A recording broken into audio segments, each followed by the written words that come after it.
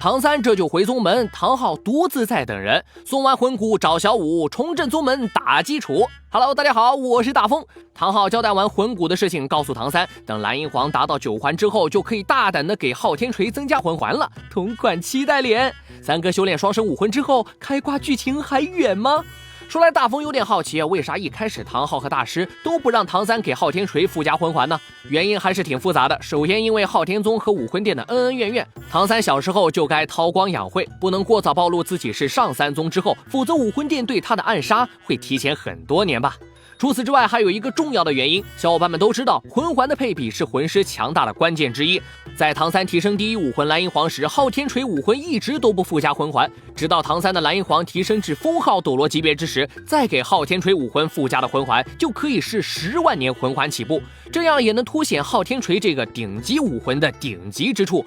这样一来，锤子才能保护好蓝银草，这大概也是唐昊自己的心愿吧。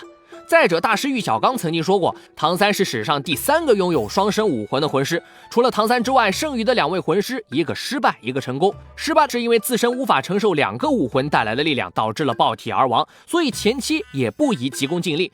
好了，小伙伴们，今天的内容就分享到这里了。关注大风说，收获一大波。